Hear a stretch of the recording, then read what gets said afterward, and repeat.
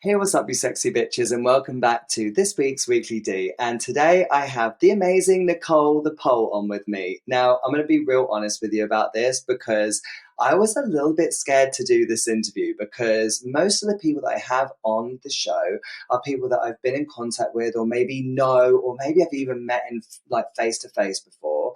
And I was a little bit nervous because I don't really know Nicole, but I tell you what, I just had such an amazing experience talking to Nicole. She was a very positive energy, something I wasn't really ready for to experience. And it left me feeling amazing. And I really hope that you love this one because Nicole opens up about so many different parts of her life that we don't get to hear online. So without further ado, this is the Weekly D. Because, honey, if you ain't getting your D on the daily, you better at least be getting it once on the weekly.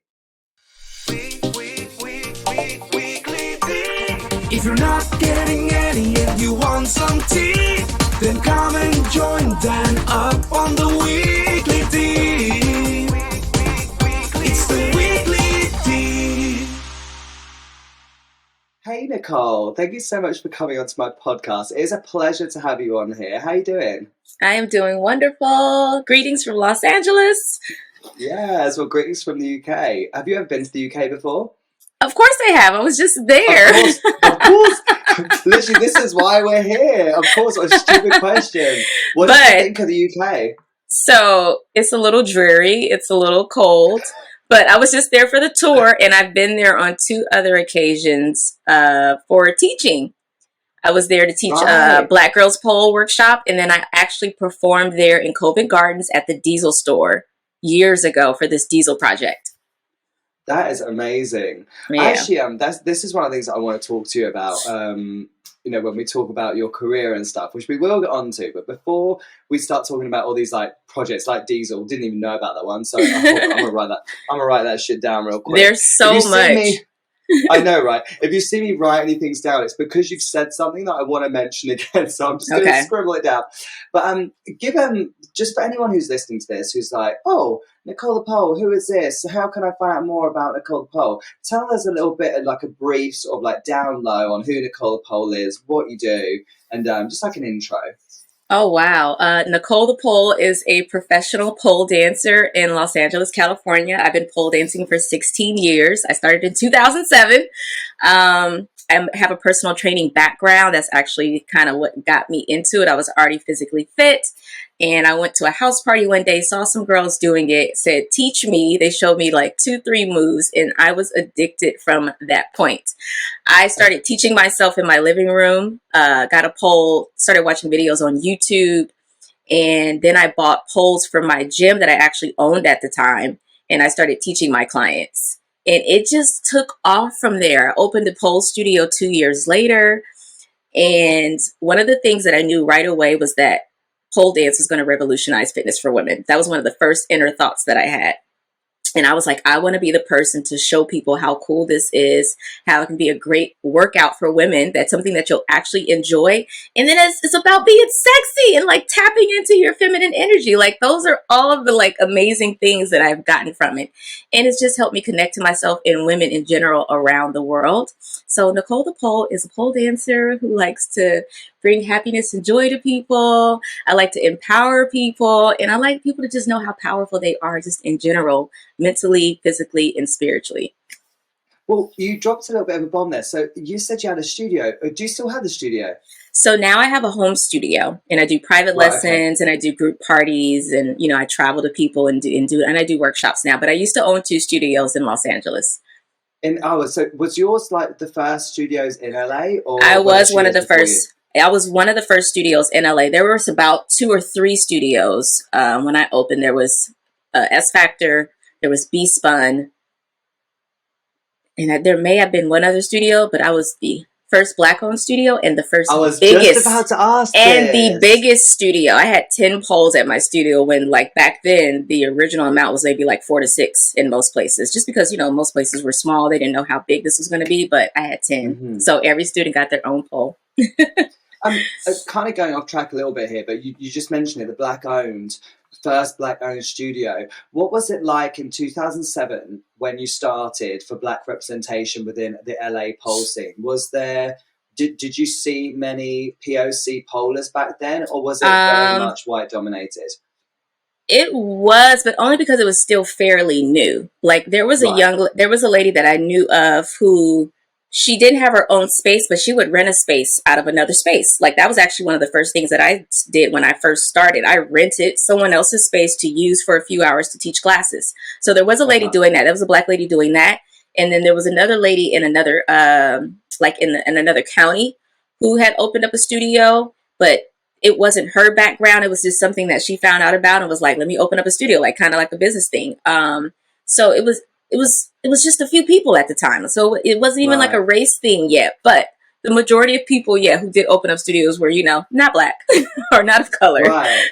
Well, that's amazing being able to say that you were the like first black woman to Hmm. open a pole studio. What made Yeah. you decide to move away from the pole studio space? Was it just not your gig? You weren't into that side of it, or I mean, I'm still doing it, which when I originally closed my studio, I thought I was going to be completely done with pole dance and I was going to be moving into coaching.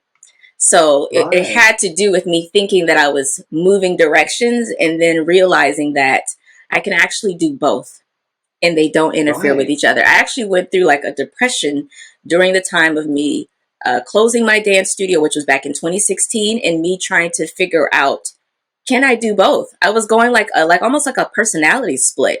Like mm, I thought people wouldn't take me serious as a coach, as a life coach, if I was doing pole dancing. And I right, was very kind of like internally confused about it. Like, can I put the two together? Will people take it serious? And the beautiful thing about my circle of friends and my life is that I had so many people tell me that's what makes you who you are. You're the mm-hmm, bomb because you do these things. Like put it all together. So after about a couple years of kind of settle down and figure that out, I decided I'm going to be Nicole the Pole. I'm going to be Nicole the Soul Coach, and I'm going to do it all. And that's what I've been doing since then. right.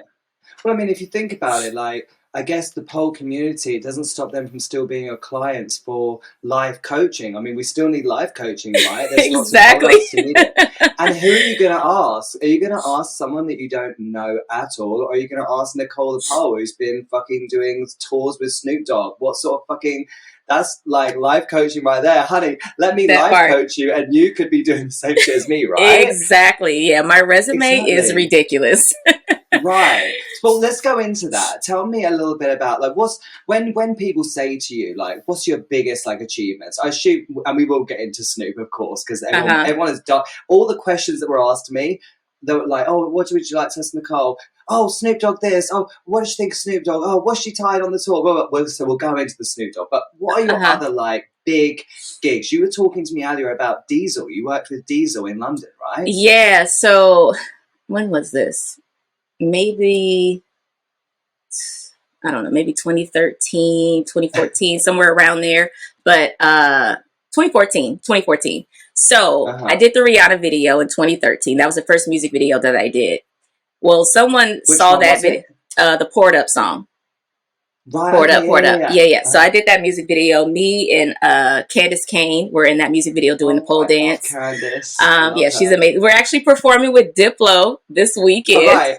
And Yeah. I saw, because I think I saw a video where you walked into the room and they were all like shaking their Yeah, we're butts all and stuff. twerking. Yeah. Uh huh. Yeah, so Oh, we you performed with guys are Diplo killing it. last year, and Candace got that job and invited me onto that job, so that was really cool. But the Diesel job was a campaign that Diesel did for their clothing company, and they made this video called the A to Z Dance Guide. And so for every letter of the alphabet, they had a dancer to match that letter. So like A was arabesque, B was ballet, K was crumping. I was pole dancing for the letter P. And so they made this Right. dance video showing clips of everybody doing their special skill to the letter that, was set for them. And so from that video, the Diesel actually invited me out to come down to London, and I performed at the Covent Garden store, which was freaking amazing. Like they treated me like a celebrity. They flew me out. I got to bring my brother. I had a hotel room for me and my brother. They were just like, "What do you need, Nicole?" And I was just like, I was literally bugging out. There was one moment I wanted to buy this really nice purse. I was like, I'm going to treat myself. The purse was like $300 or $500, something that was way over budget for me. And I remember asking the manager, could she give me like a little discount? I thought that was going to be the thing that I was asking for. And she was like, hey, I'll talk to management and find out. She came back over to me. She goes, Nicole, we enjoyed you so much. We're going to give you the purse. Oh I my literally God. bawled crying because all these amazing things kept happening. And it was just like, it was getting better and better. And it was just like, it just all hit me. Like Hmm. everything. It was the Rihanna video. I did Bruno Mars. It was going to London. I think I also maybe did the Neo video by this time, or that maybe came just a little bit after. But it was just like this whirlwind of press and amazingness and people just like saying you're amazing and we love you. Mm, And I just cried right. profusely for like a couple minutes. And how did this, like, did you have a contact? Like, what was your in? Do you know what I mean? Like, you know how people have like that first Hmm. door in and then it kind of carries on from there. Did you have like, did they literally just find you on YouTube, or did they, or My in was me. oh, right, okay. My in was literally me. So for the Rihanna video, um, I got a call from the guy who was doing the casting for it. So he called to rent my studio. And so that Right. was how I ended up getting to audition for that because I had a pole studio. So again, I was the Right. in. Had I not had a pole Perfect. studio, I don't know if I would have found out about that audition because there Right. wasn't. I mean, let me see. We had Facebook back then, so maybe somebody could have posted it and I would have saw. But that was so Oh, early that people didn't necessarily share jobs and opportunities like that back then. You know what I mean? Like I would have had to back know before somebody Instagram. else. Yeah, I would have had like I can post on Instagram now and everybody around the whole world will know about something Yeah. versus like Right. Facebook days, like maybe not. Hmm. So I did that audition and then I booked the job. And then literally from booking the Rihanna Portup job, I am still booking from that job 10 years later because And someone this is saw me in because, that video. hmm, and is it because because I mean, it's that whole thing of like, if they see you in a video, they might think, wow, she's amazing, but who is it? Hmm. And then how do they, is it because everyone kind of knows each other within LA? Is it kind of like, oh, that's Nicole the Pole, like, I booked her for this, go and book her for this. So people are kind of all like talking. Is that how it works? Yeah, Or, because even before music videos, like when I first started pole dancing, I was pulling my pole out everywhere that I went. You would have thought I carried it in my back pocket. Like I would go to parties and be like, "Hey, do you want me to set up the pole?" Just because I was so excited about it and I wanted to show right. people like how cool it was. So just in LA in general, people knew who I was from Hmm. just regular settings. It had nothing to do with, celebrity stuff and, mainstream, but just from being in LA, people was like, that's the girl that got the pole. She pole dance, da da da da. And so then once you book something, the word just kind of spreads from there. So it's like, oh, you saw me. And so the other thing with the Rihanna video, they put my audition video out before the actual video. And that video went viral. That video got me on TV. So that really kind Ah, of pushed me out there. It just kind of like catapulted me out there. And so it was just like right. this big Rihanna effect, or I like to call it the Oprah effect. Like So, once your name gets mentioned. and it went viral because this, you're talking, this is before Instagram, right? This was YouTube. So it went viral on YouTube. YouTube. Oh Yeah. my God. And they put my name in the video, that's rare. There's no artist Right. who put out auditions of the people who are trying to get into their music videos and not even put the name on it. Like I was surprised. I was like, they put my name on it. It said Nicole The Pole Williams on the front of the video. And I was like, That's amazing. wow, yeah. Where does where does the pole come from? So who was like, oh, that's Nicole the Pole? Like, I assume it was a nickname you got somewhere. Where did it come from? It is one of those things that somebody said it one day on Facebook and it stuck. Like Yeah. people were in the comments going, ah ha ha, like Nicole the Pole. I guess like and then so many people kept like talking about it that I just like changed my name to that one day on Facebook and then that became who I was known as. Like Right. grandmothers know me, Nicole the Pole. When I was on tour, I was in this city called Christiania. I think it was in Copenhagen or Belgium, somewhere in Europe. And Uh-huh. we're in this little town. It's this little hippie town that's like its own little city inside this major city. And this guy that was selling weed on the street goes, I know who you are. Because we had like, I had my Snoop Dogg shirt on. A couple other people had like Death Row Snoop Dogg's. And he goes, I know who you are. And we were like, yeah, whatever. He goes, you're the girl that books the pole dancers for Snoop Dogg. And we all go, what? Like, how do you know this? I got recognized in another country by somebody who you would never think would know who I am. Like, it's crazy people who know me that are not even involved in pole dance, like whatsoever. That is so fun. You know you've made it when the person selling you weed knows who you are. Exactly. It's That hilarious. is amazing. So, talking of, well, actually, the weed literally just made me think of it because Snoop loves weed, right? So, Snoop Dogg. So this is not the first time you've worked with Snoop Dogg, I know, right? Because No. I was looking when I was doing my research, I saw that you and Candace had actually done gigs with Snoop before, right? Yep. So this was the first time he'd asked you to manage a tour, was it, or have you done it before for him?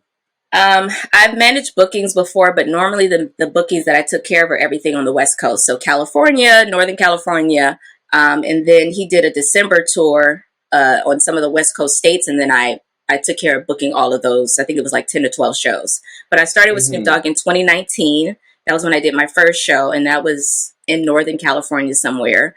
And then they loved me from that day. His manager, fell in love with me. Snoop, the vibe we had on stage was amazing. And then from there, anytime they had shows in California, the manager would just contact me directly and be like, hey, Nicole, I want to bring you on. And then I would book all the other girls who would be dancing. And so that was how I got started. And has he got the same manager now that he had back then? From when I started, yeah. That's what I mean. So, so the same contact you've had this whole time. Yes, same contact. Cool. Yeah. Mm-hmm. That's amazing. So this tour, tell me about it. It looked like, how long was it? It would look long. It was 32 days and 21 shows. 21 shows in 32 days. So that means there were days where it was there were days that twice we had 4 shows in a row. 2 times. So like within, I think in Australia, New Zealand, we did like a 4 show in a row. And then we did that when we went to Europe, UK, we did a 4 in a row. And I can't remember who posted it. I think someone had put, like one of the dancers who did it had posted like who was dancing in what bit and stuff. And you lot were dancing in quite a lot of songs. How many songs was it? So our Snoop set list is about maybe 15 to 20 songs, and then we would dance to 8 to 9 songs. And the songs they're not like the full songs, not for most of them. Like the first song, Next Episode, is like 2 minutes. And then there's other songs that are like 2.5 minutes. There's a few songs where we actually do the full songs. Like I think, like Sensual Seduction is a full song. What else is really long? I Wanna Fuck. That's like the whole song. And then there were a couple times where we had to do maybe 2 songs back to back or 3 songs in a row. Like that's the only time where it's like, oh my God, this is hard. But other than that, it's like a song, you go off, you go back on, 2 songs, you go back off. So it's pretty easy in that sense, but it is it's a lot of work to be doing. So I performed in all the shows, all 21 shows, but I didn't do the full sets. I didn't do the full set. So at the first half, I was going in. I was like, I got it. And then my body started getting a little tired. I was like, okay, for some shows, I'm just going to do maybe my favorite 2 songs or favorite 2 to 3 songs. And then I would book out additional ladies for the shows. Yeah. And how many ladies in total did you end up using, like across? Do you even know the number? Like, oh my God, I don't know. But for the shows, I booked anywhere from 3 to 5 ladies. So what I ended up learning towards the middle of the tour was that sometimes I was booking dancers who were not suited to dance to all the songs just because of their dance style and musicality. And so I would see somebody that looked really good audition wise and in their other performances, but it never did translate on stage to specific songs. So I started going like, okay, if they're this style, I need to just book them for the slower songs. And then I need to book somebody else for the faster paced songs. So once I figured that out, I started booking people for half shows. So one, it gave the opportunity for me to book more people. So more people got opportunity to dance on stage. And then it made it better suited because I was looking, and even management and like other people were like, that person is not really, because they weren't dancing to the music. They were kind of like in their own world. And so I had to start Right. giving speeches before the shows. Like I started really going in on the ladies and like really offering them like, hey, this is not a competition. This is a performance. I was like, I don't give a fuck about your pole tricks. I don't give a fuck about your spatchcocks. Like, if it doesn't go, it doesn't go. Like, the audience Hmm. could care less about the move that you're doing. Like, this is not a pole audience. You know what I mean? These are regular people. Like, the Yeah. simplest things are the most beautiful things. And they don't know what's beginner, intermediate, advanced. Like, it's cute for your Right. little Instagram reel, but in real life, it doesn't match. It's not connecting. So I had to like give that talk before shows for people to like perform to the music. Listen to the words. When he's like grinding up on that pole, I need you to be grinding on the pole, not be trying to go into a pole trick. When he's Yeah. saying wiggle, wiggle, wiggle, I need you to be wiggling that ass because that's what the song is giving in that moment. If you're in a trick, like it doesn't connect. And it's like No. nobody's looking at you and you think they are, but everybody's looking at Snoop. We're an addition to the show. You know what I mean? And so Right. it's like when Snoop comes to interact with you, you want to be ready to interact and play. Like it's all an act on stage. We're all just wanting to entertain the crowd. And so I Right. had to It's really give like notes on that. I noticed that Kitty was booked. So, Kitty from the UK, she was booked Yes. for a few. Listen, no one can shake their ass like Kitty. She knows how to shake that thing. Like, she is amazing. I noticed that Snoop took a bit of a liking to her as well, right? Yes. They loved each other. That's so cute. And let me tell you something. I almost did not book Kitty. I had saw her audition video. I didn't think it was that great, which I told her, I was like, it just didn't grab me. And then I saw her, everybody had to send in an audition video to a Snoop Dogg song. And then they had to send me 2 other videos to like, their best work, whatever they chose for that. So based on what she sent me, it didn't match Snoop Dogg. Like I couldn't picture her dancing to Snoop Dogg. Like it just didn't go. So that was the thing. Like a lot of people didn't realize that, they were going, oh, I'm better than this person, or I think I should be booked. But sometimes, a lot of times, people's style didn't match a Snoop Dogg song. And so when you're getting Mm, booked for jobs, you can't just book a job because you're great. You have to match. It has to go. Like right. there's certain artists that I know whose music I couldn't dance to. So I wouldn't go Uh-huh. out auditioning for it just to audition for it. Like you have to make sure you actually can get down and be a little, swaggy for the style that like Snoop Dogg's music is, because his music is not pole dance music. Like, you know what I mean? Right. It's not music that really goes to pole dancing. So it's like you have to really be able to adjust your style. So like Kitty, I didn't see it. Like I couldn't put the two and two together. But she had so many people advocating for her that I finally was like, you know what? I'm just going to go ahead and book her. Because I also pay attention to that too. Like, what's the energy and feedback that other people are giving me for people? Because if somebody keeps speaking about someone, it's almost like you got to pay attention. Like I really listen to my intuition. And so I'm so Hmm. glad I did, because she totally kicked ass. And then after the first show, like I really told her too, I was like, there's certain places where maybe you weren't locked in. And then I was like, making sure you wiggle. So when she came back the second show, she had Snoop hypnotized the entire song because she was doing what the music said, which was wiggle that ass, baby. Yeah, yeah. And And she the knows how crowd to went wiggle her ass. crazy. The Oh crowd my went God. insane. I saw that video of her where she was like shaking her butt, and then all of a sudden, like the crowd go like, "Whoa!" It's like, oh my Yes. God.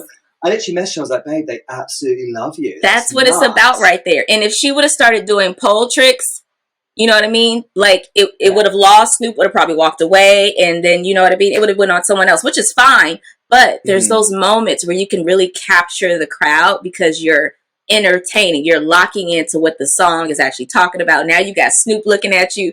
And so it's just like all of that together just creates this just magical, iconic moment. And it's really dope. What did you face any problems with like having dancers that you booked and maybe on the night you were having a nightmare because they weren't hitting the beats right or they just weren't giving the energy you needed? Like, were you having to speak to people? Did you have any drama like that, or was everyone pretty Everybody professional? was very professional.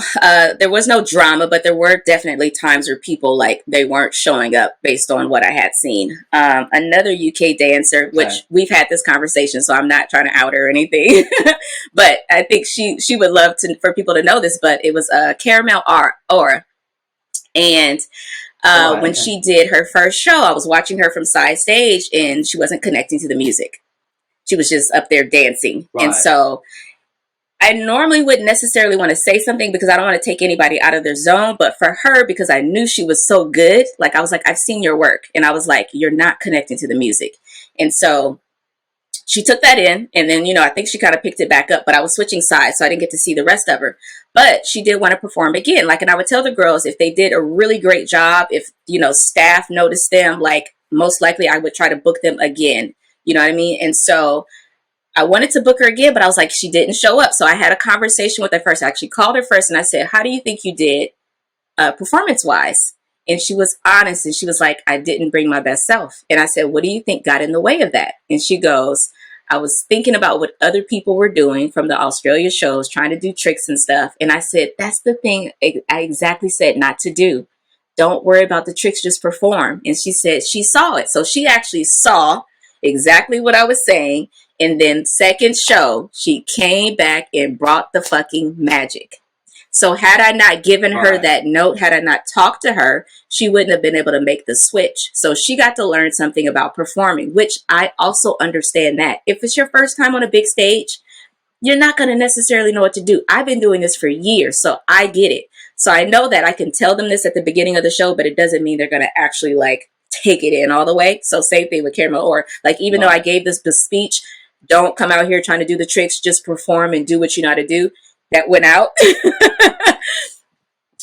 Which I think happens because of social media. People look at the social media videos and they think, oh, when I go, I want to be doing something like that. And it's like, you can't copy what other people do. You got to do you, but you got to be connected to what's actually happening in the moment. Like, you got to be paying attention to Snoop. You got to be really listening to the music. You got to be engaged with the crowd. Like, it's a lot going on.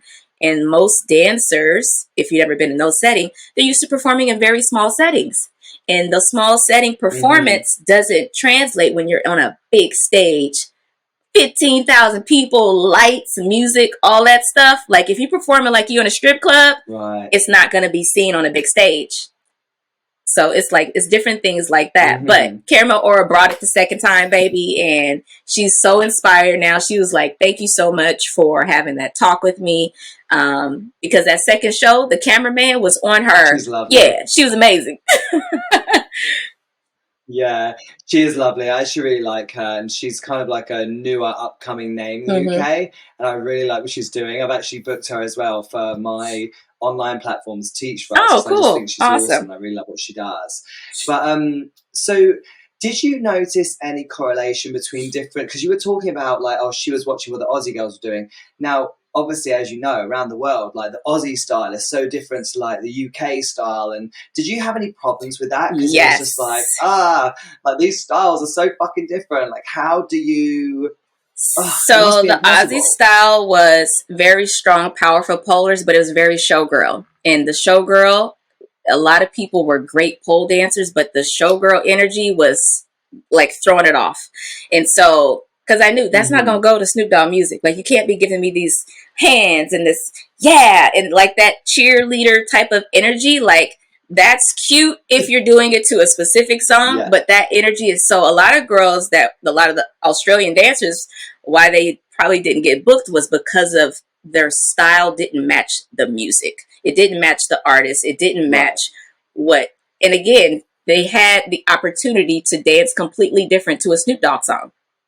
And they didn't. They danced the same way they would dance to any other stuff. And you have to be able to change it up. Like, if I'm dancing to an R&B artist, I'm going to look completely different than when I'm dancing to a Snoop Dogg song. Or the way I dance to the faster songs are different than the way I dance to the slower songs.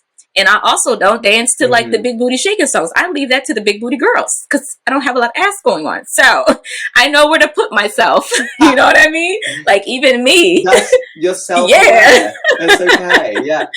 No, I totally get that. I think that's really good that you do that. I mean, what made them decide to, or more, I don't know if this was your call or whether it was more the managers, like what made you guys decide to have different people every show rather than take the same people around with you? I assume maybe was it cost, that would have been very expensive to take several people on a tour. So I'm blessed and grateful that I got to be the one chosen. And the other beautiful thing was it created an opportunity for people around the world that would never have the opportunity to perform with artists. Like, one of the greatest things was how grateful all the dancers were. But I never realized when I was going on this tour that I would be providing that opportunity like that. Like, people that would never, like, people kept telling me I never would have had the opportunity to perform with an artist. Be like, big artists don't come out here. So like, thank you so much. And I was like, wow, I didn't think about that, but this is so cool.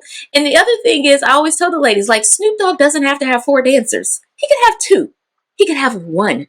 But he does 4 because he actually really does appreciate what we do. Like, literally loves pole dancing. Like, just the skill and the athleticism and the entertainment value that we bring. Like, he actually really appreciates that. It's not about just having girls up on stage who are in bikinis. Like, he could, that's cute, but he actually appreciates that we're actually fucking athletes and the entertainment value Right. that we bring. And what's he like as a person? I mean, do you consider him like a friend, or is he more an acquaintance, or More an like what's acquaintance. the Like, we relationship definitely like? got closer during the tour because, you know, we always hang out after show and stuff, and, you know, I get to take the dancers to meet him after show and like do photos and stuff.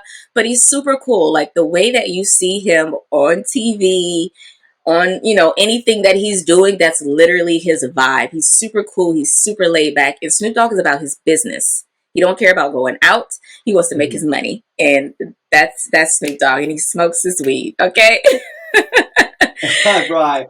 I would dread to think what his bill for weed per month must come to. It must be Well, he has ridiculous. his own weed But yeah, line, so he probably doesn't have to pay for it. So yeah. true. Yeah, true. Well, I didn't know if whether even if he had his own weed line, whether he could get it into the country. Like, I don't know how I that would don't even know. work. Like, we're traveling with it. But yeah, I'm sure he finds a way. I'm sure people were probably hooking him up. So what was your favorite country to visit? That one I cannot give you, but I'm gonna Give me a top 3. say Australia, because I got to go to Bondi Beach with Maddie Yeah. Sparkle and Dirty Birdie. And also fun fact, Dirty Birdie was the first person I contacted when I found out I was booking the tour, because she was literally one of the first pole dancers that I used to watch on YouTube when I first started pole dancing. Right. And then on YouTube. YouTube, baby. Yes. And what's so crazy, when I contacted her, she happened to be at dinner with like 5 other pole dancers. And so I was like, send me all the girls that you know. And literally all of those girls submitted. And so I think everybody actually got booked. Like, all of them were actually good enough to get booked. I didn't do any favoritism like, hey, can you book my friend? I'm like, I don't care that it's your friend. Like, she actually needs to be good enough to go on stage. You know what I mean? So like, I took my job really seriously. I didn't know it was going to be as difficult as it was. Like, I thought I was just going to be able to look at auditions. I was going to really get these amazing things, and then I was just going to know. But I had to go. I watched hundreds of videos. I couldn't even get through all of them because I literally was booking.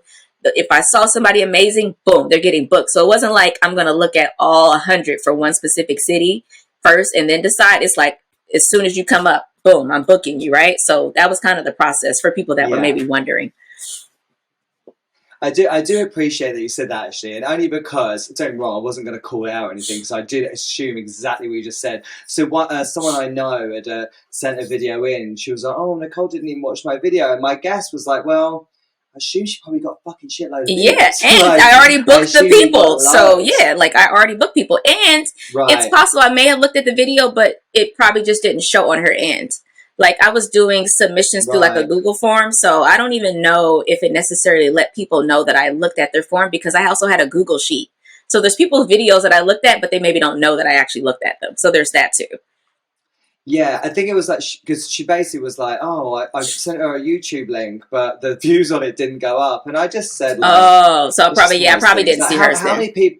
Probably didn't.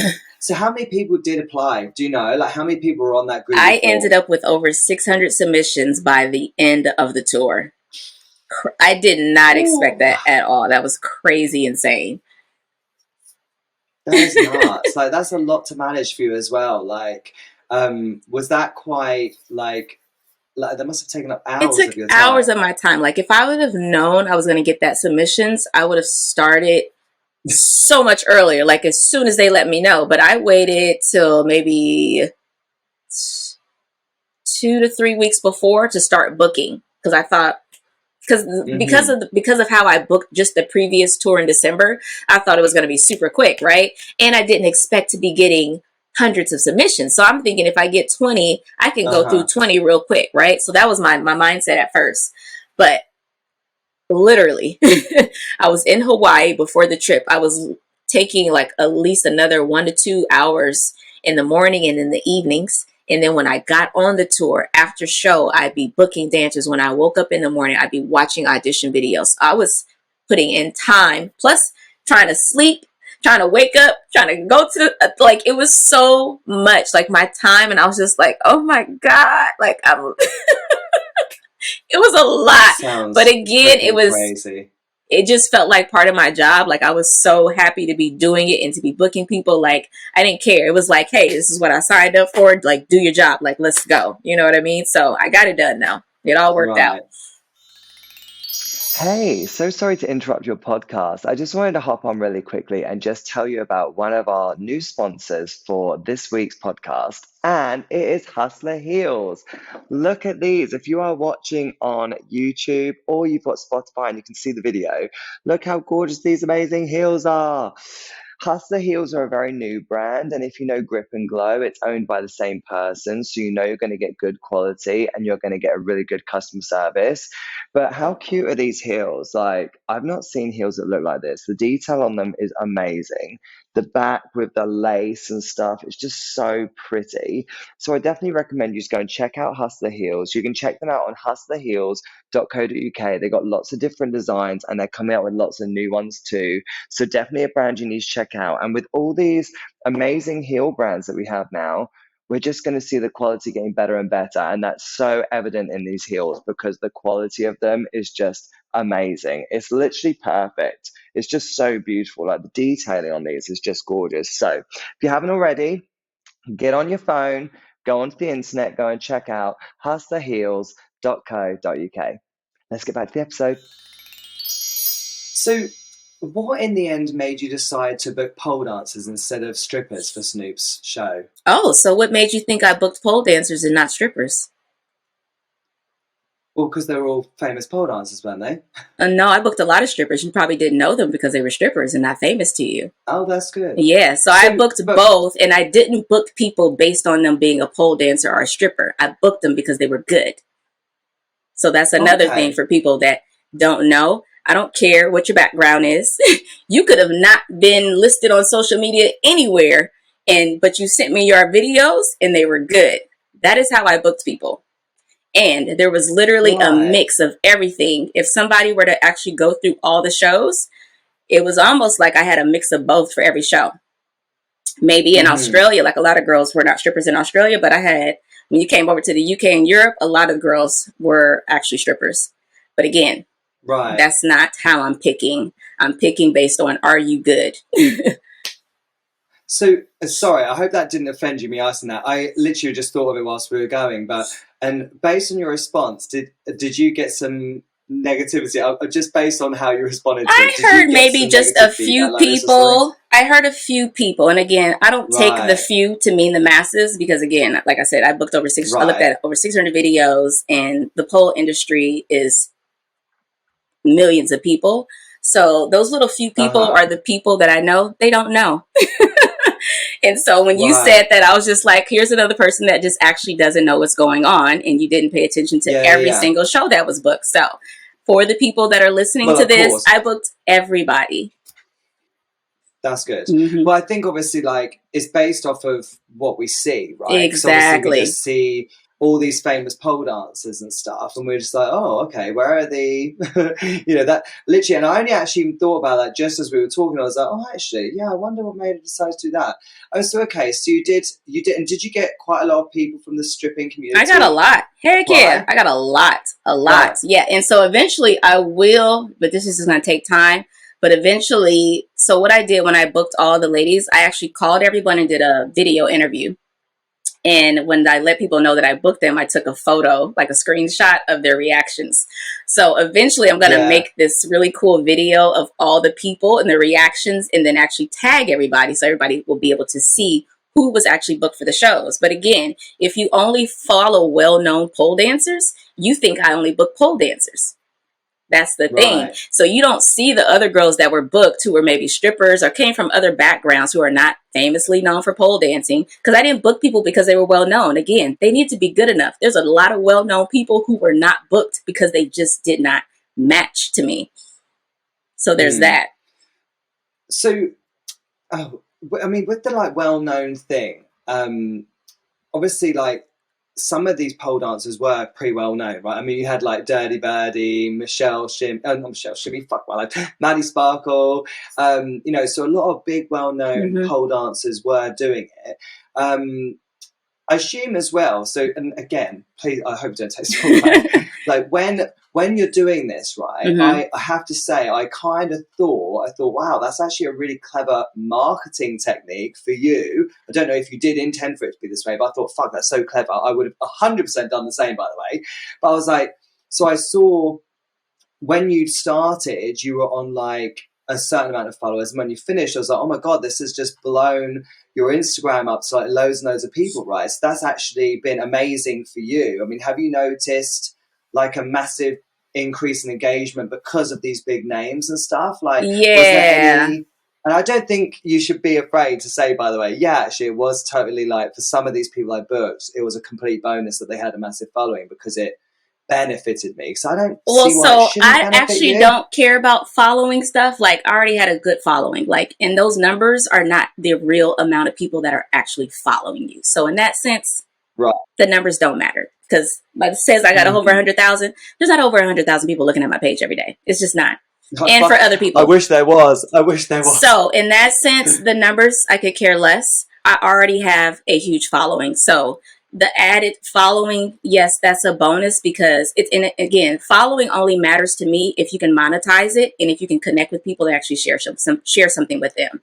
If you have a huge following and you're not doing any of those things, your numbers don't matter. So for me, yes, okay, it's cool. I got extra followers, but only if I can turn it into something, meaning, can I share something with you? Can I get something from you? Is there like a give and receive? And can I go on tour and then kind of go back and reference back to these people? That is the only way in which those numbers could actually matter.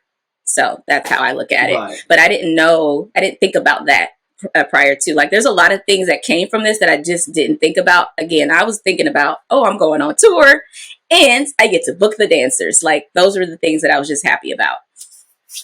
Well, I just kind of thought, well, like, even if you had, like, so I'm like one of these people that I'm just like, so what if you did? Like, I'm just like, so what if you did book it to get some extra followers? What's the harm? You got to get some benefit out of this experience, right? Because I assume, obviously, it was probably a well-paid gig, but I assume for the amount of work you probably had to do, it probably wasn't enough, right? Because it sounds like you were doing hours upon hours, you're away from home and stuff. So I kind of was a bit like, huh.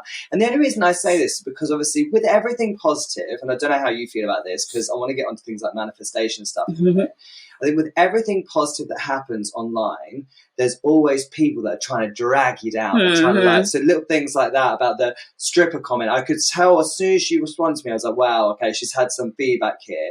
I'd noticed again the negative feedback about like, oh, why isn't Snoop paying enough money? Like, that's your problem all of a sudden. I'm like, why has that got anything to do with the cult? She ain't setting the pay. I'm always trying to get the number. I'm always trying to get the number up. But can I just say as well, right? And I did, we're not going to go into who talks about it or whatever, because I just feel like it's totally not worth bringing light to. But the whole payment thing, this is a controversial thing for me because we have part of the community that are like, oh, you know, we should be paid. Like, we're, you know, performers, we're professionals. We need to be paid properly. But then there's also the other side of me that's like, listen, okay, I'm not, obviously, I've never really listened to Snoop Dogg's music, obviously. But if Beyonce called me and said, hey, Dad, I'd love you to be in my show, fucking babe, I would pay her to be in her show. Let me tell you, I'd be like, fuck, it's Beyonce. I'm obsessed with her. I'm going to do it. So it's just like, I totally understand what people are saying. Yeah, sure, people need to be paid and stuff. But if someone is happy with the payment and they have chosen to do it for that money, why does it bother that person who, and what, I have so much to say about this. Please, because I think it's a jealousy thing. Personally, I think it's a jealousy thing but I'm intrigued to know what you It's a think. lot of things. It's different for different people. But I will say this, and this is, I talk about this because I actually do a workshop on this, on manifesting your dream opportunities and choosing your rate.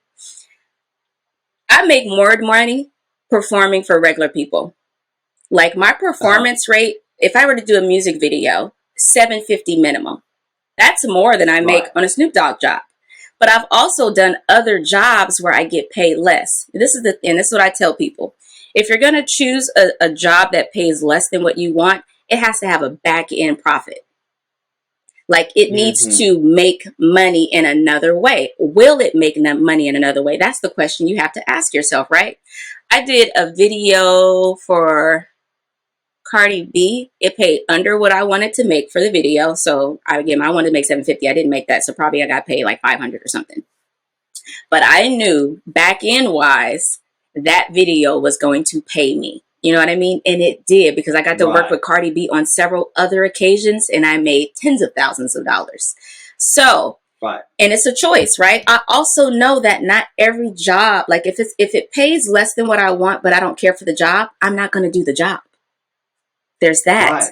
right? I get to say yes. Everybody gets to say yes to what they want to say yes to.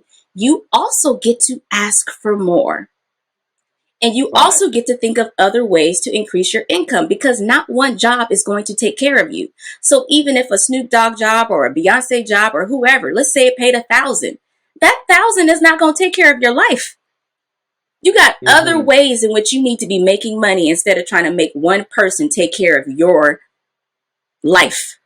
One job doesn't do that. Right. Just like when you work a 9 to 5, that 9 to 5 is not going to take care of your entire lifestyle. You need to be coming up with other ways to make that money. And if you're going to say Mm-hmm. yes to a job, say yes to it and don't complain about it, or pass it on to somebody else, because there's plenty of jobs that I get offered and I'm going, nope, that doesn't work for me. I'm going to pass it on. But I'm going to also figure out other ways. So like for the Snoop Dogg jobs, like early on, I also had the opportunity to rent my poles. There was that. So Right. I get to make more money. I get to make what I actually want to make because I'm renting my pole stages now. And then there Oh, now, so those stage not, poles are your well, poles. for like the California shows, I had the opportunity to do that. But for these shows, they Okay. actually did. So for UK, they bought poles. But for certain other cities like Sydney in Australia, other ladies, some dancers, some not dancers, they actually got to rent their poles and make additional money. Yeah, Justine McLucas. I remember seeing Yeah. she posted. She was like, "Oh, she's like, I'm not in the shows, but I'm renting my poles." She was Exactly. like, And it's "Yeah, like there's mm-hmm, so many things, like don't get so caught up in the number, but also don't perform for something that you don't feel like you're getting your worth. I'm going to tell mm-hmm, everybody that. So if you don't like the rate, say no to it, because there's somebody else who that's the perfect number for them. There was also girls who were like, I want to out, like there were people who wanted to do shows. This is over the whole time, not just for this tour, but there's people who were like, I'll pay money, meaning they're coming from so far away or having to pay for a flight or something where they're actually paying money. I don't like to book people like that. I'm like, you need to be getting paid in some fashion. So like you saying you want to buy a flight to pay $400 for a flight, but the job pays 400 to 500, like that doesn't make sense to me. But some people right, really uh-huh, want the opportunity, and everything is not about opportunity unless you can flip it. You know what I mean? But if you can't flip it, right, if you're just doing it for, I say don't do it because you're telling the universe to say yes to that. You're telling the universe to say, because it's almost like, what if somebody else offers you a job and it pays 200, and then you're looking at them like they're crazy? Like everybody wants to complain about the regular people that shortchange them, but they're not saying anything about the people that they think should pay them more. They're saying yes to those jobs still, and that's my thing. Like you need to choose for yourself. Don't just be saying yes because it's a specific artist, but make sure it makes sense for you. Like if I feel like I'm going to complain about the price at all, I'm not doing the price. right, You know what I mean? mm-hmm, I charge $1,000 to perform for regular people. I don't get that performing for Snoop Dogg, but I enjoy right, performing for Snoop Dogg. So mm-hmm, that's the win for me. And it's created a relationship in which I've been able to, now I've created a relationship with that team to where it actually led me to bigger and better things, because I did say yes to an amount that wasn't the amount that I want to get paid. So there's that, you know right, what I mean? So you really have to think about it for yourself individually, and you can't think for other people. You can't tell other people, I don't think you should be doing that job because it don't pay this. Well, let them decide, and let them also look at what other factors are maybe involved. Does it make you feel, sorry, does it make you feel any kind of way that, obviously, like you said, you'll charge $1,000 to perform at someone's birthday party, for example, but for Snoop Dogg he'll only pay maybe 400-500. Does it make you feel any kind of way knowing that he could definitely afford more than that? Does it make you think, why though? Like, no, because there's no use saying that he can definitely afford more. There's still budgets to tours. Right. Because if that's the case, you're going to have to go up to every single artist and tell them they're not paying somebody enough. Who are you to decide what an artist is going to put in their budget to pay their artists? You know what I'm saying? He could choose another, because you could also shoot yourself in the foot, and Snoop can go, oh, all these ladies want to make 1,000. That's not my budget. I'm going to book regular dancers who have a more affordable rate to match their budget. Every single artist can do that. So again, watch what you're complaining about, and go to the source. Okay, if you got a problem, don't go to the other people. Go to the source, but also making sure that you're even involved in the game. Okay, if you ain't got no skin in the game, shut up. Just shut up. But did you notice that a lot of the people mentioning this topic were people who weren't booked for the tour? That's why I didn't pay them no mind. That's why I paid them no mind. Right. And where do you think that comes? Do you think that, because I mean, like I said earlier, I feel like it must come from a place of maybe jealousy or envy that they're not been booked, or, you know, because it's never the people who are booked complaining, of course, because they were booked, they wanted the job, but it tends to always be people who aren't doing, like you said, they haven't got skin in the game kind of thing. Like, how do you feel about that? Because I feel like that's like a mindset thing, definitely manifestation. Like, it's not going to be a very positive mindset to have, to be like moaning about something that doesn't even involve you. You know? Yeah, like I said, complaining energy begets more things for you to complain about. Take action. If you don't like what a job is offering, you don't have to submit for that job. So it's like, what are you complaining about then? Because, you know what I mean? Like, I don't got to say yes to anything, and I don't say yes to any job that I don't like the rate on it. I just don't. And if I'm going to say yes to it, I'm going to try to figure out another way to turn it around and flip and make the extra money. But at the end of the day, I work for myself. I will do jobs that are free, that I would normally get paid for. I am doing a sound bath session for a friend who is hosting a yoga workshop, okay? I could get paid hundreds of dollars to do this. It doesn't pay. I'm doing it because it's what I actually enjoy to do, and I am being of service, okay? So there are going to be jobs that don't pay what you want. You don't got to say yes to it. You also don't got to complain about other people saying yes to it if that's what they're choosing for themselves, because there are other ways to make money. That's why that's why I can attract other jobs that pay crazy amounts of money, and it makes itself up. At the end of the day, y'all working other jobs. You guys are working regular ass jobs that pay you less. Okay. Your 9-to-5 jobs pay you dollars, like less than $100, less than $200. So to go have fun and do what I love and get paid hundreds of dollars works for me. If it doesn't work for me, I'm going to ask for more, or I'm going to say no to the job. Plain and simple. Right. How do you deal with, like, I can obviously tell, even just by our conversation, that this is something you feel passionate about, and I love that you've been so honest with me. And how do you deal with that negativity, that, you know, because it's, for me, it really does drag me down. Like, I hate it when anyone's bringing that negativity to my page about anything that I've done. Like, so if someone's coming to your page saying, oh, why are you not paying the dancers more? Like, it's your problem. Like, you set the budget or something. Like you said, you know, how do you just delete it and move on with your life? Or do you ever? I do. Okay, you don't respond. No. That's good. Or sometimes I'll do a general response sometimes, to just, because I'm like, if somebody's coming to me, there's somebody else that has this thought. So sometimes I'll do a general, but at the end of the day, if you don't have a connection to me, you don't know me like that, you don't get to come in my inbox, my text, my phone. You don't get to come talking to me. You don't know me like that. And you don't have no skin in the game, baby. And so what I then do with that information is I share it in a way to other people to how to overcome that. like I did with you. Right. I talk about the ways in which you can manifest and create more for yourself. And also, again, I tell people, choose what works for you. If it doesn't, leave it for the other people. Right. I love that. Yeah. I think that's something that you've had to work on over time, because I have to say, like you said, you're like, if this doesn't serve me, I'm just going to delete it and I'm not going to worry Yeah. about you, you know. Has that taken you a while to build up, like, or have you always been so thick-skinned with it, or have you ever been in a point of your life where you did snap back, or you would reply and be like, bitch, fuck you? Do you know what I mean? I never reply like that. But I realize, especially on this tour, we're getting just so many messages from people. And I was just like, you know what? I don't have to respond. So I think that with so many messages coming at me from any and everything, I was like, there's no way I'm going to respond to all of it. Like that, it's taking my time and energy. And I feel like this year I just really took it on. Like, I don't have to respond. It's not my conversation. It's a conversation they're having with themselves. I don't got to be involved in it. And so I would say that for anybody, because I don't have anything to defend or prove to these people. You know what I mean? So unless they personally know me and can actually have this conversation, and it's going to actually create some benefit for some people, Right.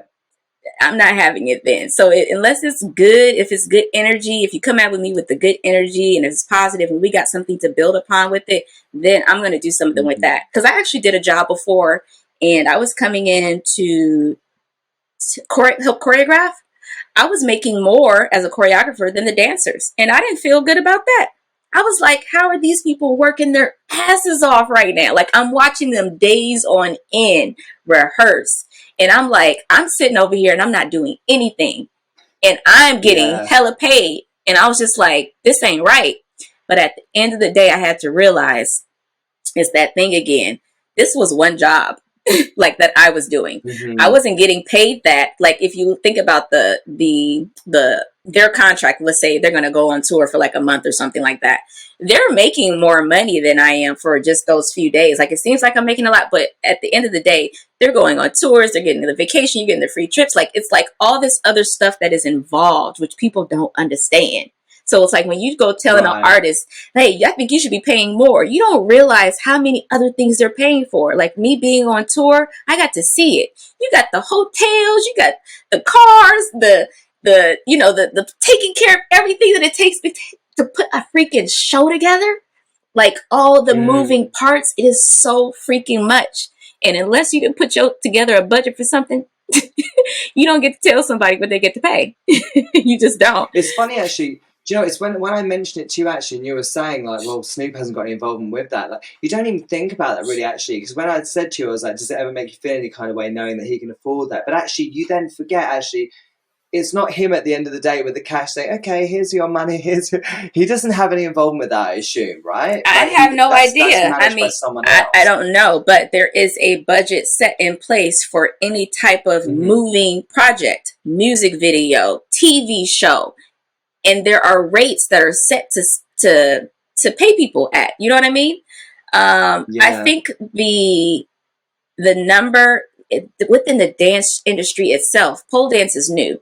You know, it's very new. So people don't know to pay more, because in my mind, I think I should receive more because it's much more physically taxing than regular dancing.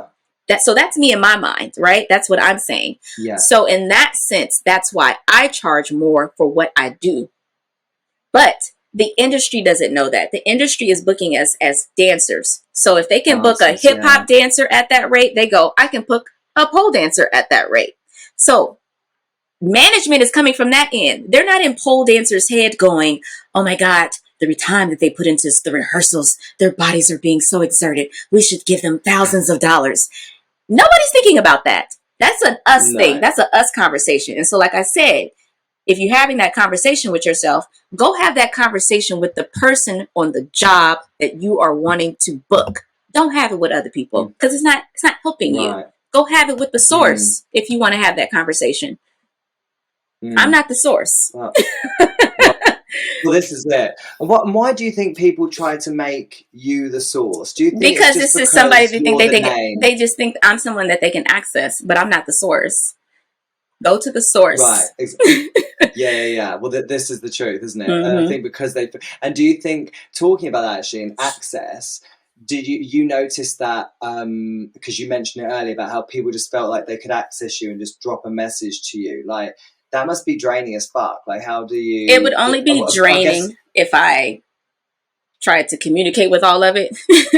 But mm-hmm. there's no It way just that got I to a point where you can. had to, Yeah. It's just messages that are just going to get missed, or I'm going to look at it and I'm just going to keep going on about my day. yeah, fair. So I noticed, because Miles and Candice and you, it Yes. seems like, is this like a, you guys all kind of share jobs between each other and stuff? I love this. Is this like, you guys need to create an agency or something together, right? Well, I feel like I've already created my own agency, but yes, that's something that I actually want to do officially. But I've been Uh-huh. doing that for years, where the people that I know, people that I meet, I am always sharing and referring jobs. I believe that is one of the reasons that I stay booked and busy myself, because I am always providing opportunities for other people. Like, I actually have pleasure in that.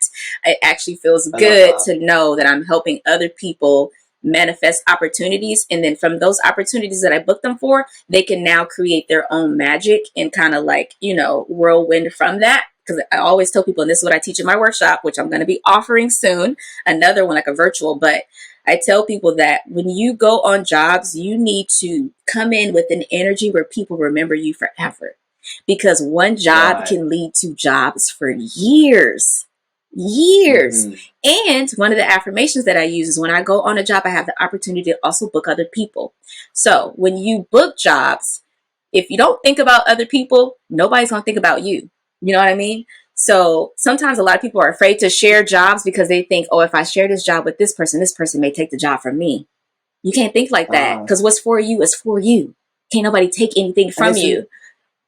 isn't affirmation something that you say out physically? Yes, I say it out loud. Like, I am booking jobs in which I get to provide opportunities for myself and other people. Right. And do you say these when you're at the job, or is it something you It's say before something you I go to bed? Like, say how does before I affirmation go on work a for you? job. Before I go on any job, and just like even with this Snoop Dogg tour, I said that I was going to have an amazing time, that it was going to flow, that I was going to meet amazing people. Like, I said all these little affirmations, and I read it back the other day, and I was like, oh my God, all this stuff happened. But before I go Yeah. on like music video sets, for instance, I'll say I'm going to get along with everybody on set. Everybody is going to be in love with me. People are going to remember me for more opportunities to come. The energy is going to be great on set. Like, I say all the things that I would want my experience to look like, and that always ends up happening. We actually do have a say Right. in that. Like, I have a say in my experience. Somebody else that comes on the job could have a completely different experience than me. We could be on the same job.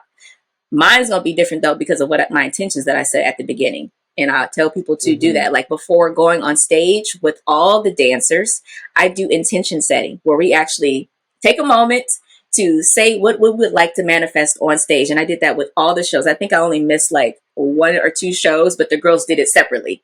You know what I mean? But Right. Okay. that's, I think, is so powerful, because our voice and our thoughts manifest themselves when we use them intentionally. So if I say before Uh-huh. I go on stage, I'm going to have magic and iconic moments, I'm going to mesmerize these 15,000 people, I'm going to make people feel powerful, I'm going to make people want to actually do pole dance, I'm going to make people actually appreciate this art form, where they're going to go and tell other people.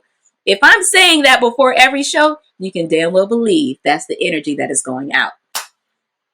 And when did this manifestation journey start for you? Is this something you've done for a long time, or have you always kind of been like a positive kind of soul, and then you really understood what manifestation was? Because I only really found out about what manifestation even was, if I'm honest, within like the last maybe 4 years. Uh-huh. I didn't really know what it was. I thought freaking vision boards were for like crazy people, and then I was like, "What the fuck is a vision board?" Oh yeah, And look, now I'm there's one like, right there. I'm right. I love that. But when did you get into that, and how did you get into that? I'm going to say 2004. I read this book Oh wow. called Conversations with God by Neil Donald Walsh. And it was one of the first like spiritual books that I read.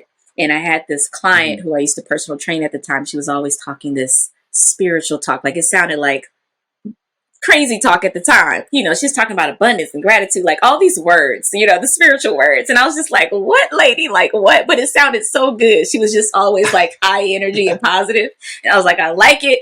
And she was like, you should come to this. You should come to my church. It was a non-denominational church called a.k.a. here in California. And it's one of the most well-known spiritual centers. If you see the movie The Secret, the pastor from a.k.a. is actually in that. His Reverend Michael. Lisa Nichols is a speaker and author, and she's also in that video. She's also a friend of mine now.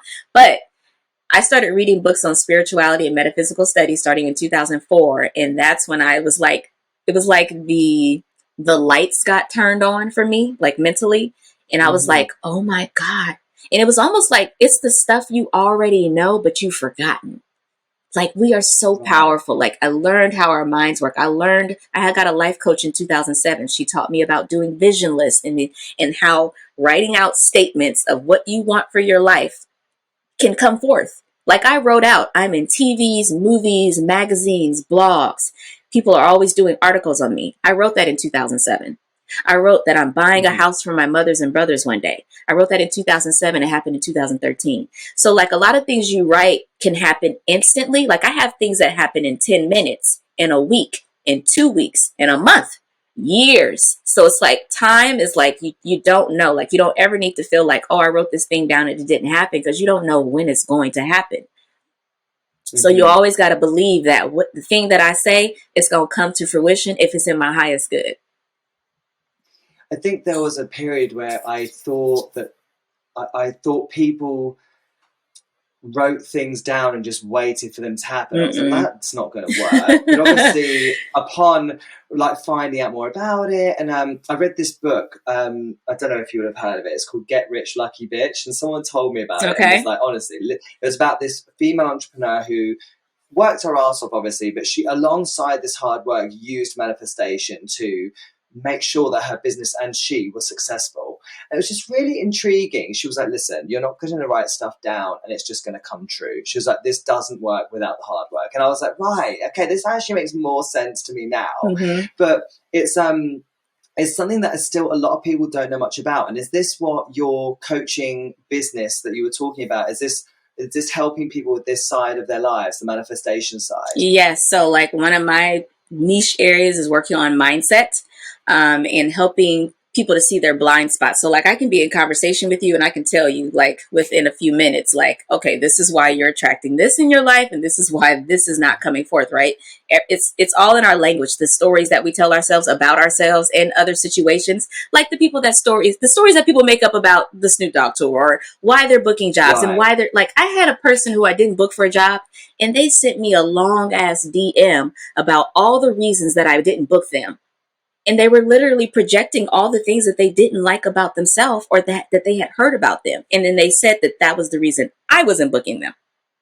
So it's like everything, it's stories in our heads. Like the reason, like we'll take the things we don't like about ourselves and say, that's why we weren't booked.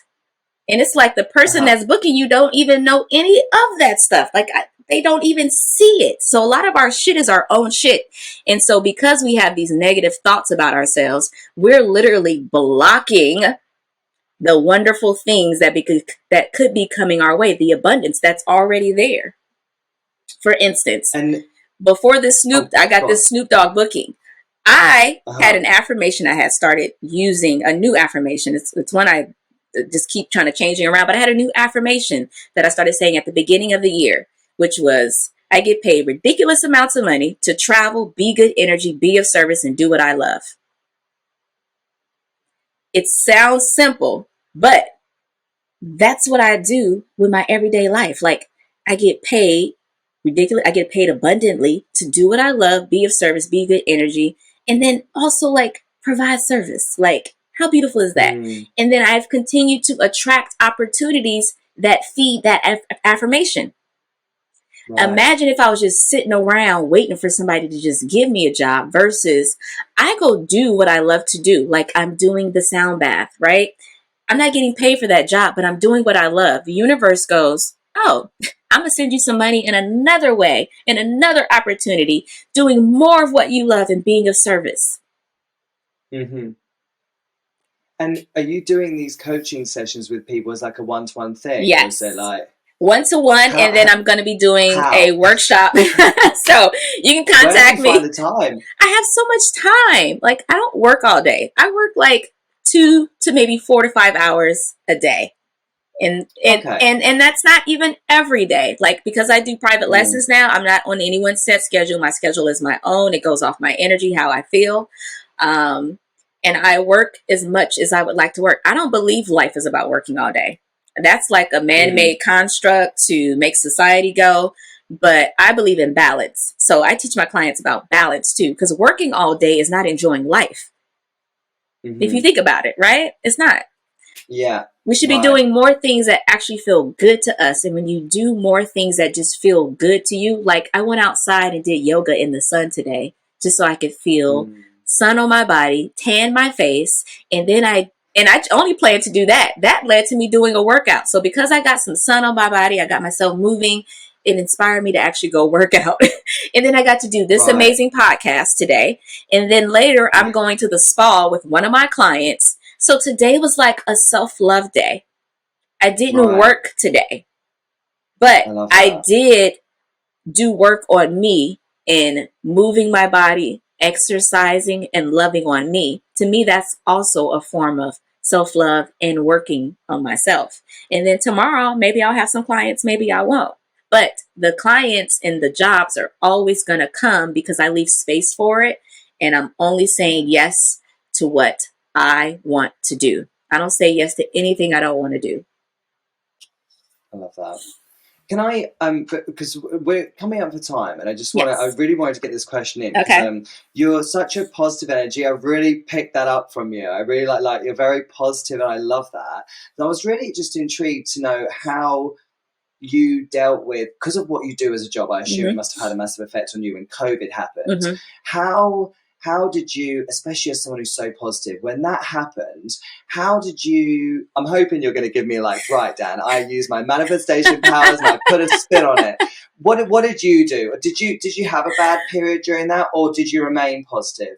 I did not have a bad period. So because I work for myself, I didn't work for anybody else. So that made it different. So I already had my home studio, which I'm glad I had a home studio and not a storefront. Because if I had a storefront, I'd be paying a year to 2 years worth of back rent. So thank goodness I Right. closed my studio back in 2016. like, it's little Thank things like God. that. Like the universe was like already like, boo, let that go. You know what I mean? Yeah, yeah, yeah. So for the very first couple months, the intense months where it was like, okay, we really didn't know. Like I stopped teaching classes, and then from there, I started doing private lessons only. So I was only having one person kind of come in at a time. And then since pandemic, I literally have kept that up. I never went back to the class schedule. I actually realized I enjoy doing privates way more. I'm making what I want to make, over $100 an hour. I charge $125 for a private lesson. For parties, I charge 300 and up. So like that's why I tell people, like, there's so many different ways you can be making money. Like, to complain about Mm, me performing for an hour for, whatever amount, when it's like I do other jobs and I make less than that. You know what I mean? Or I do other jobs and I uh-huh. make more than that. It's all Hmm. relative. It's like, just enjoy it. You know that it's adding up. You know what I mean? But I got to do private lessons. I did some more virtual stuff. Um, we got unemployment. You know what I mean? We were unemployed at the time. So it was a really good time. I would say the only thing that got a little weird for me was when we did have those couple of months where I wasn't interacting with people. I realized how much I actually do need interaction. Like for me, I was like, oh, I work from home. I'm going to be fine. I'm used to being at home by myself. But even though I'm used to being at home by myself, I still was interacting with a person or two with my clients. So when that didn't happen for about 2 months, Right. I did get a little mentally like, like, when I'm gonna see people again? Like, this is crazy.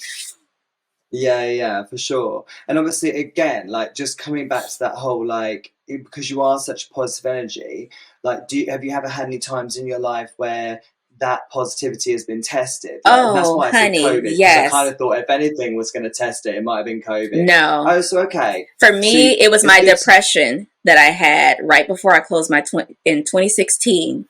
So this positive light that you see, like that's always been in me. When my depression, that was completely gone.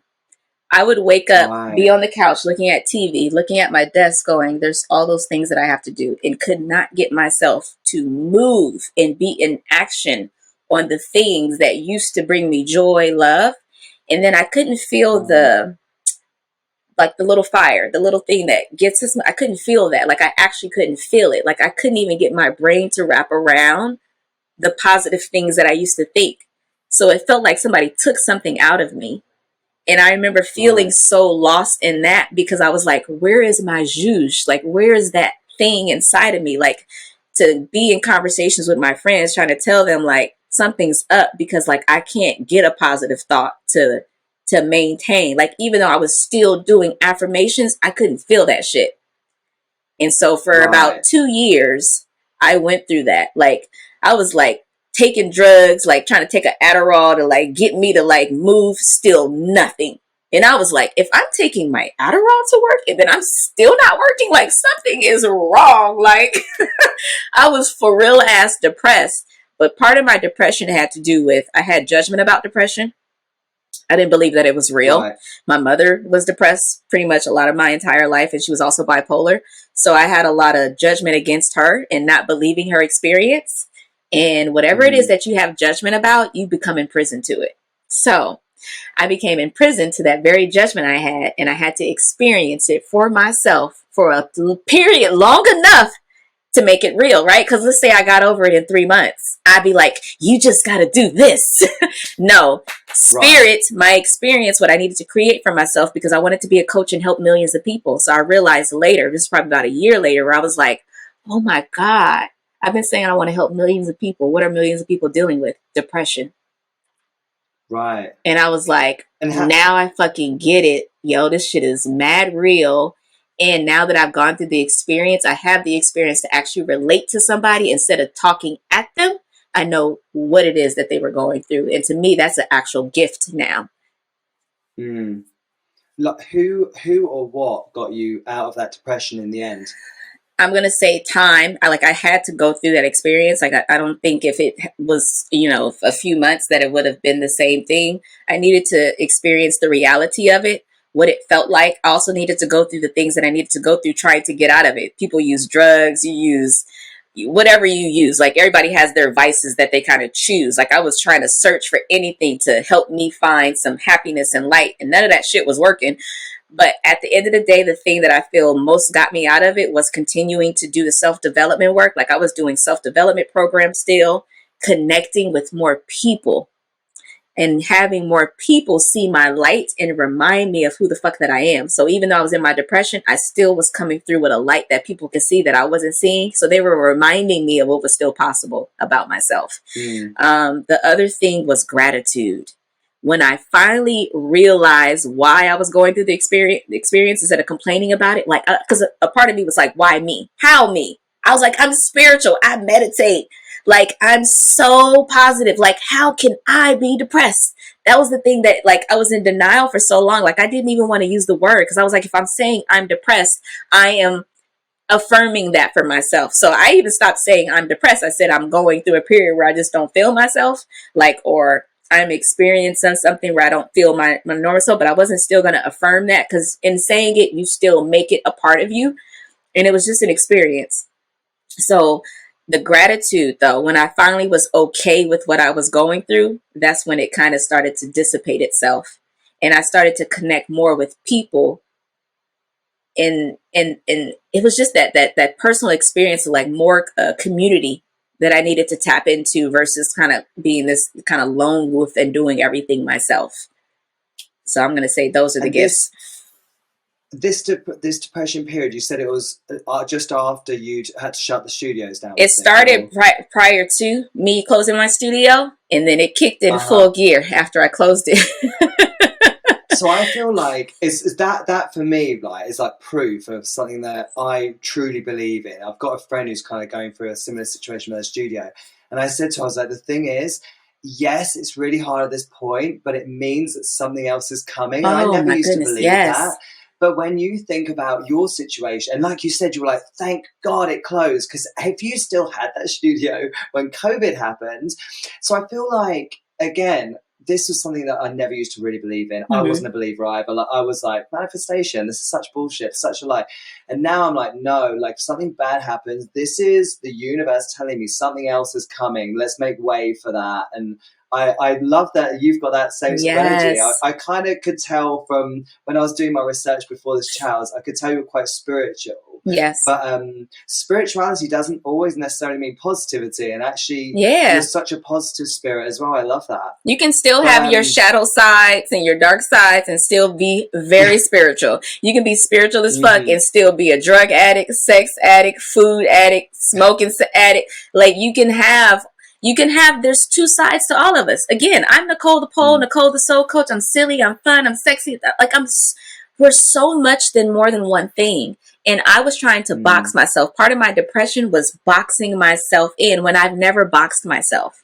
So even just going through the dilemma of thinking I needed to choose between coach or pole literally depressed my spirit, because my spirit was like, baby, you are bigger than trying to choose one of these little fucking categories.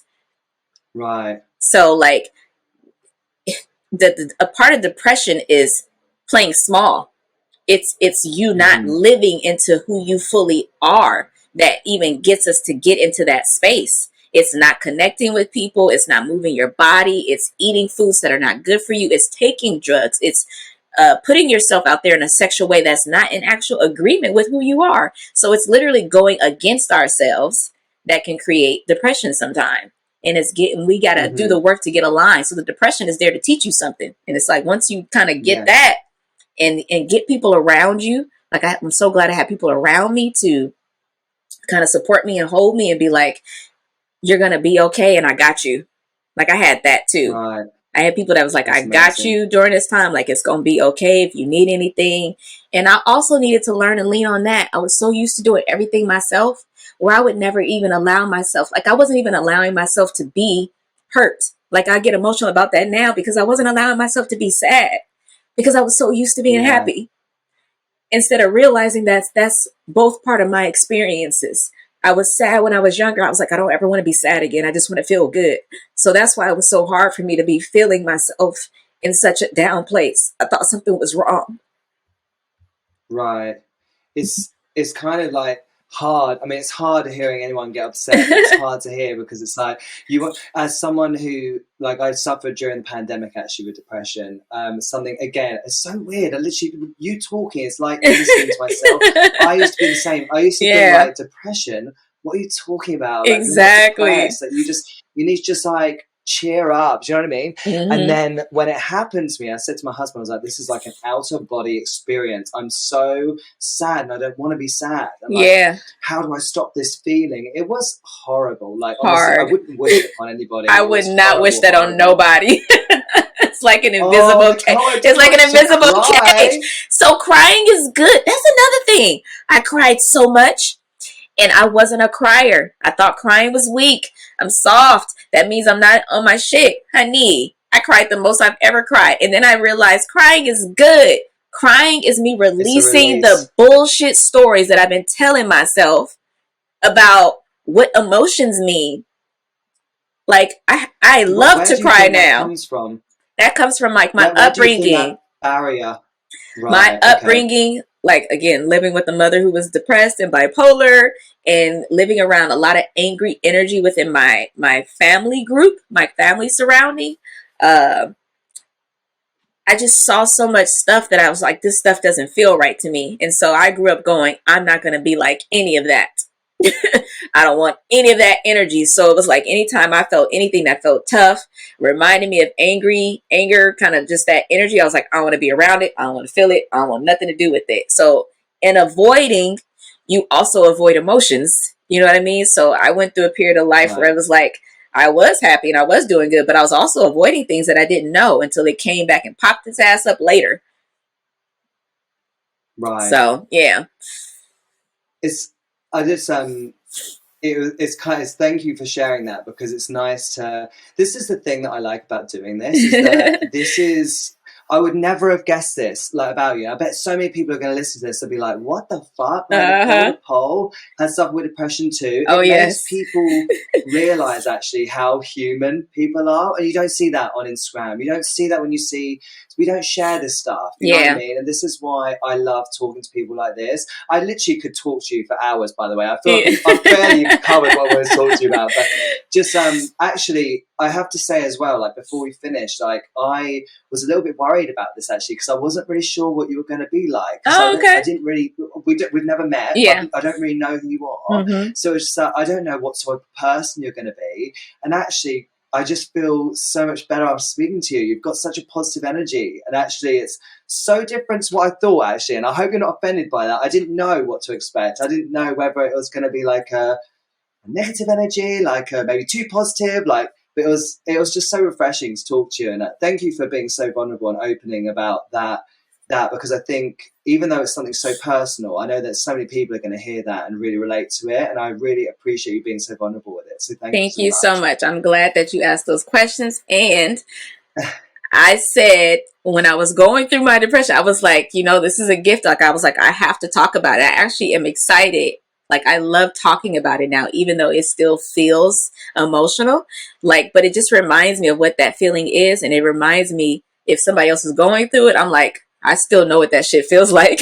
You know what I mean? So in that sense, like, it feels good to be able to be vulnerable about it, because there was a time where I was hiding that, and I don't have to hide it anymore, because hiding it kept me in it longer.